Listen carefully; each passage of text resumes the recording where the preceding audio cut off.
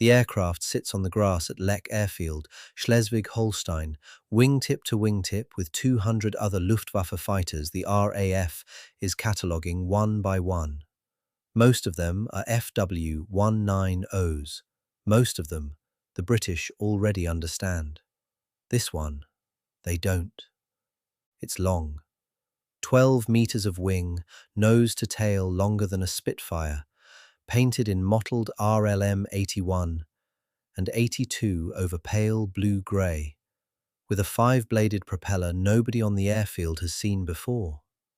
Under the left wing root, someone has already found the plate, GM1, nitrous oxide, a gas bottle wired into a fighter engine. The wing itself is the first thing that stops the inspecting officer cold. It doesn't taper the way an FW-190's wing tapers. It's longer, thinner, and it sits on the fuselage at an angle no one expects. Within 4 months, test pilot Eric Brown will take this aircraft to full throttle over Hampshire. And what the wing does at speed will force the Royal Aircraft Establishment to rewrite what they thought they understood about how the Luftwaffe was designing airplanes at the very end of the war. May 1945.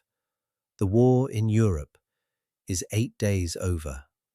At Leck, thousands of Luftwaffe personnel are surrendering in place, and RAF intelligence officers are moving through the parked aircraft with clipboards, looking for anything that flew operationally and anything that didn't.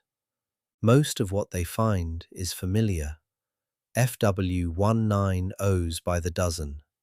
A handful of Me-262 jets already picked over by other teams. Then, parked apart from the rest, a single high-altitude fighter with a code that had been painted out, Gruner 9, flown until days earlier by Oberfeldwebel Willy Reschke of Jagdgeschwader 301. The RAF assigns it Air Ministry Number 11, AM-11.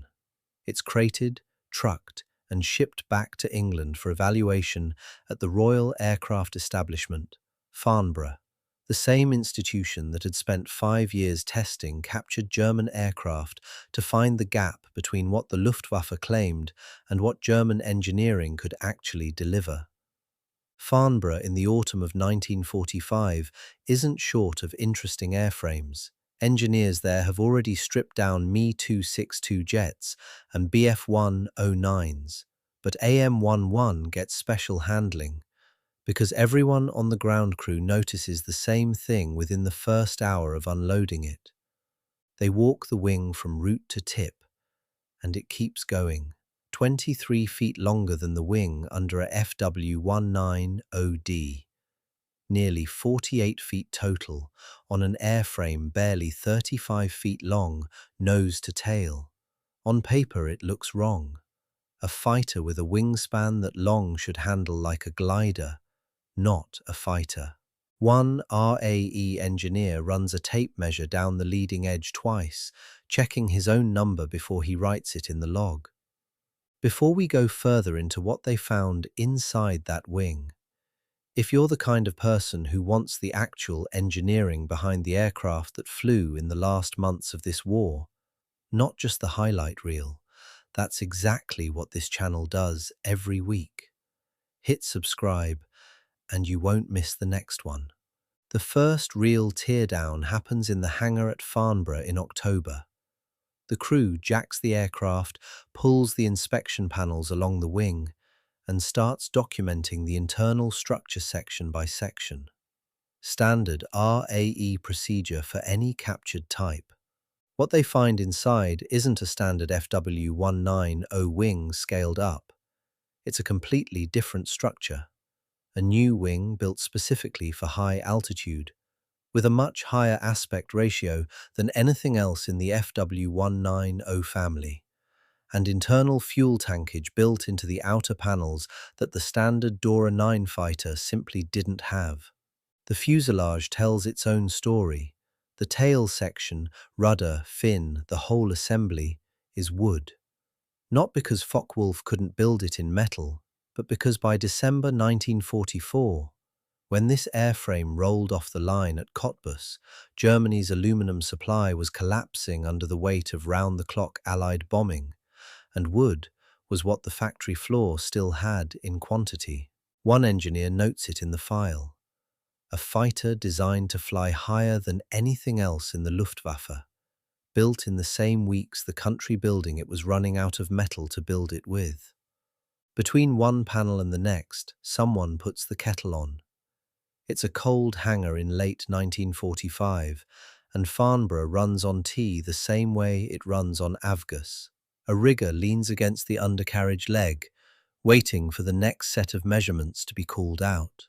While the wing comes apart panel by panel at Farnborough, 7,000 miles east, American occupation forces are cataloguing a second Ta152 recovered at Aalborg in Denmark, proof this design existed in more than one example, and that the Allies want to understand it from more than one angle. Layer 2 is the engine bay. The Ta152H-1 carries a Junkers Jumo 213E, a 12-cylinder inverted V, liquid-cooled, already familiar to RAE engineers from earlier FW190D examinations. What's new is what's bolted to it. A GM1 system, a pressurized bottle of nitrous oxide plumbed directly into the supercharger intake, designed to inject extra oxygen into the fuel-air mixture at altitudes where the engine's natural supercharging runs out of air to compress. Alongside it, a separate MW50 system, water methanol injection for a different kind of boost, this one for low-altitude combat power rather than high-altitude cruise. Two separate power boost systems on one engine, each solving an opposite problem. One for thin air at 39,000 feet, one for maximum thrust down low. An RAE engineer flags it in his notes as functionally two engines' worth of tuning crammed into a single airframe. What it meant? Focke-Wulf had built an aircraft that could, in theory, fight effectively at both extremes of the altitude band the Luftwaffe was suddenly facing.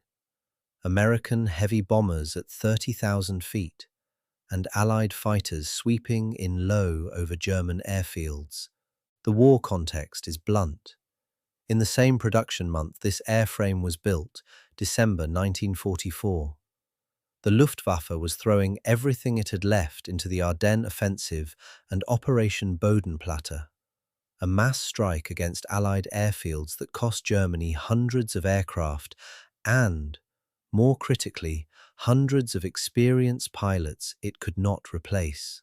The Ta152H was arriving at squadrons at the exact moment the Luftwaffe was running out of the men to fly it. Layer 3 is the cockpit, and this is where the RAE team stops treating AM-11 as just another captured fighter.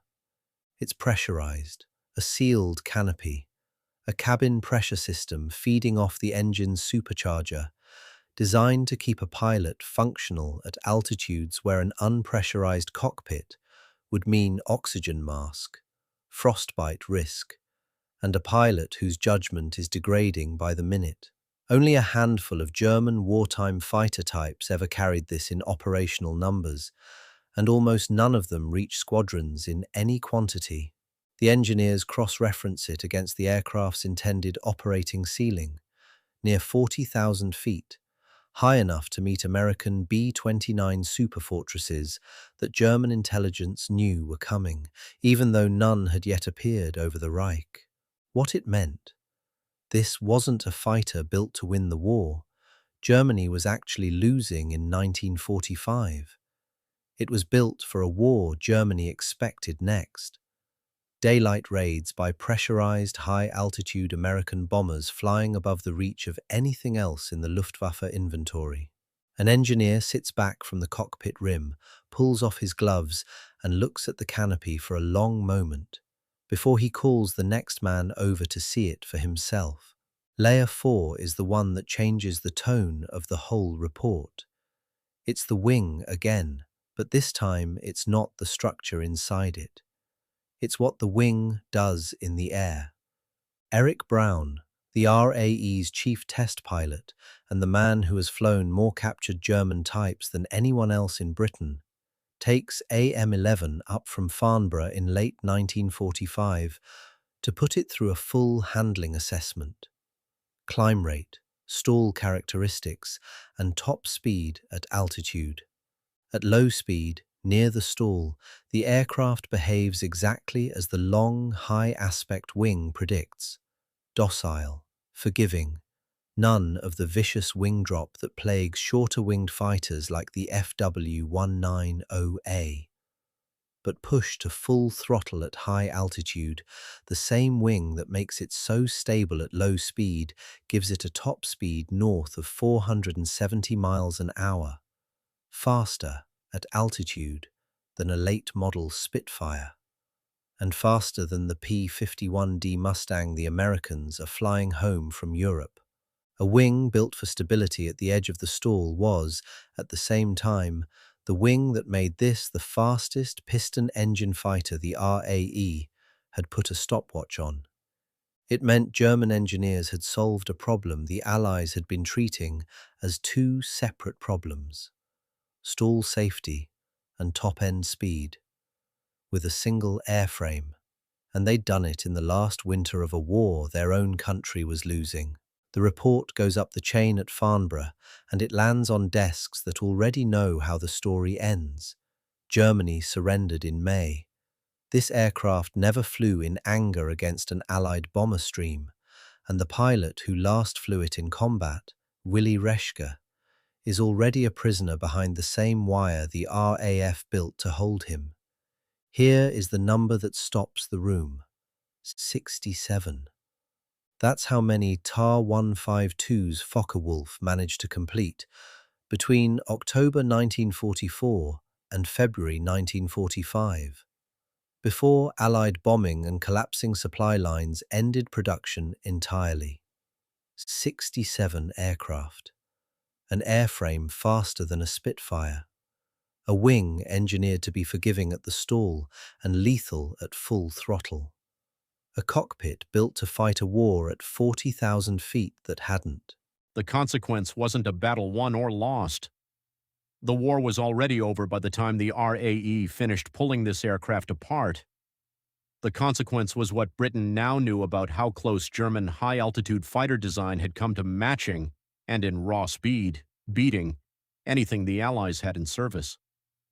That knowledge didn't change 1945, it changed what came next. RAE test data on the Ta-152's wing and its high-speed stability fed directly into how British engineers thought about high-aspect wing design going into the early jet era, at the exact moment Britain, America, and the Soviet Union were all racing to understand swept and high-aspect wings for the first generation of jet fighters that would fight 5 years later over Korea. Werknummer 150168 didn't survive to tell anyone that. Farnborough scrapped AM-11 in 1946, once the flight test program was complete.